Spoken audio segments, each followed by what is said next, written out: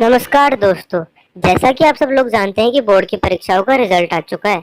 कोई 40% लाकर भी छत पर नंगा होकर नाच रहा है, तो कोई 80% लाकर भी उदास है। चलो, एक बार के लिए 80% आने पर उदास होने वाली तो बात तो फिर भी हजम हो जाती है। तुम्हारे घर वाले तुमसे 90% की चाहत रख रहे थे, पर गांड फटी में तुम्हें ये दिखाना पड़ रहा है कि 80% आने पर तुम दुखी हो, हैरान हो, परेशान हो। चाहे अंदर तो तुम्हारे दर्द डिस्को चल रहा है, और पिताजी का खौफ तो अच्छो अच्छो की गांड सिल देता है। लेकिन जैसे ही मेरी नजर टॉपर्स के इंटरव्यू पे पड़ी, तो सच में मेरे अंदर से 3/4 शरीर खाली हो गया। नहीं मतलब, ऐसे सुशील टट्टे पैदा कैसे हो जाते हैं। और हमारे पड़ोस की बंटी के 33% आए। बाप ने घर के सामने केटीएम लाकर खड़ी कर दी, और उन ज्ञानी लंडों का लेगी स्वैग है। 500 में से 1 मार्क्स क्या कट गया, इनकी गांड में भपक के रो पड़ी। तो आज मैं कुछ ऐसे ही टॉपर्स की बात करने जा रहा हूँ। ये बताएं, हम लोग मानते हैं कि 100 में 100 लाना इम्पॉसिबल होता है, ये कैसे किया? मेरे लिए भी बहुत इम्पॉसिबल था और मुझे नहीं लगता कि मैंने कुछ परफेक्ट काम किया है। बहुत सही कह रही हैं दीदी। 600 में से 600 मार्क्स लाना कोई बड़ी बात थोड़ी ना है। ये ट्रेंड तो पुराना हो चुका है। और दीदी की सोच ना सही में बहुत बड़ी है। ये चांद से भी आगे का सोचती हैं। इन्हें लग रहा था कि अप्सरा की पेंसिल से लिखने की वजह से इनकी हैंड राइटिंग के भी मार्क्स मिलेंगे, और वो मार्क्स ना मिलने की वजह से अभी भी चूतिया हो रखी है। क्योंकि मेरे एग्जाम में 100 आए हैं। मैंने ऐसे कुछ नहीं किया कि मेरे पास मैं मतलब मुझे सब आता हो या फिर जितना भी सब कुछ हो वो सब मुझे नहीं पता, लेकिन जितना मेरे पेपर्स में था, जितना क्वेश्चन पेपर में था, उसका आंसर मैंने आंसर शीट में दिया, तो उसमें मेरे 100 आए हैं। वैसे वैसे मुझे नहीं लगता मुझे बहुत कुछ आता है। यार, मेरे साथ ये बकचोदी होती थी कि मेरी और टीचर की सोच ना दोनों उल्टी दिशाओं में चलती है। मैं कुछ और पढ़कर जाता हूँ, और टीचर ना जाने कौन से ग्रह से सवाल उठाकर दे देता है। पर हमारी भोसड़ी वाली तो जॉली LLB 2 की गाइड रंडे है ना। दुनिया के सारे इंतफाक तो इन्हीं के साथ होने। और बहनचोद, जब रिपोर्टर ने पूछा ना, ये बताएं, हम लोग मानते हैं कि 100 में 100 लाना इम्पॉसिबल होता है, ये कैसे किया? तो कहती है, ये भोसड़ी वाले गांड क्यों फैला रहा है रे? कोई बड़ा काम थोड़ी ना किया है अपन ने। ये लोग होते हैं जो पहले तो पढ़ पढ़ कर चूतिया हो जाते हैं, और फिर जनता के सामने कूल बनने की नाकाम कोशिश करते हैं। मैंने सोचा है कि मैं दिल्ली यूनिवर्सिटी जाऊंगी अगर वहाँ मेरा एडमिशन हो जाता है, और मैंने लखनऊ का तो अभी इतने अच्छे से नहीं सोचा है, लेकिन दिल्ली का सोचा है। 100 में 100 के बाद भी अगर लगा रहे हो कि अगर एडमिशन हो जाता है, मतलब है मतलब एडमिशन में किसी भी कॉलेज में।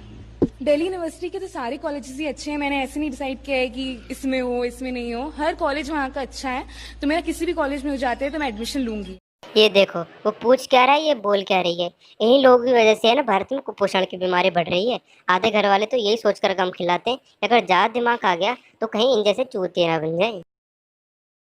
तुषार, बहुत बहुत बधाई। सबसे पहले तो आपको, आप पूरे नंबर ले आए, टॉपर बन गए। ये बताइए, जब रिजल्ट आया कल तो रिएक्शन कैसा था घर वालों का, फ्रेंड्स का, फैमिली का, सबका?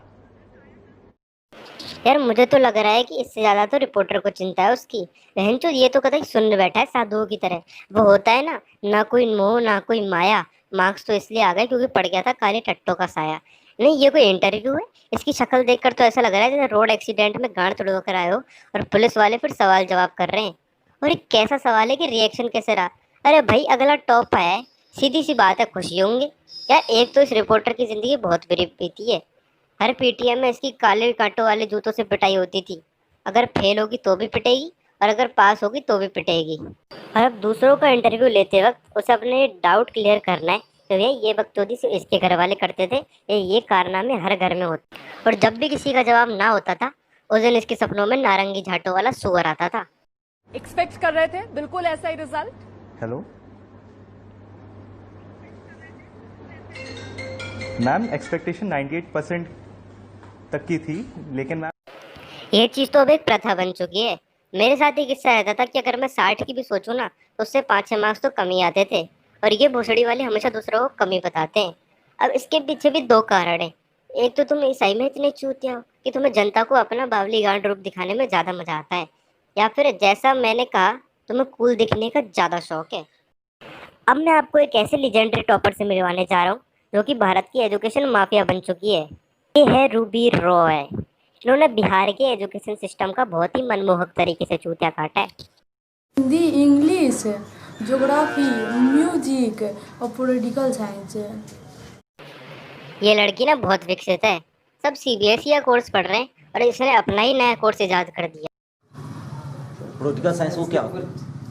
वो क्या होता है? पॉलिटिकल साइंस या नया सब्जेक्ट हम सुन रहे, क्या चीज़ है? खाना बनाने के बारे में। पॉलिटिकल साइंस में खाना बनाने में बताया जाता है। हाँ, फिर होम साइंस में तो अपनी झाटक सुझाना सिखाते हैं ना। ये एजुकेशन सिस्टम का एक बहुत ही अखंड चूतिया रूप सामने आया है और फिर से एक बार ये साबित हो चुका है। ये बिक गई है गवर्नमेंट, अब गवर्नमेंट में कुछ नहीं है। ये बहनचोद सारे मिलके हमको पागल बना रहे हैं, मादर चौथ के बच्चे। तो बस यार, आज के लिए बस इतना ही। अब अगर तुम्हें ये वीडियो पसंद आई है तो इस वीडियो को लाइक करो, अपने दोस्तों के साथ शेयर करो दबा के, और इस चैनल को सब्सक्राइब करो।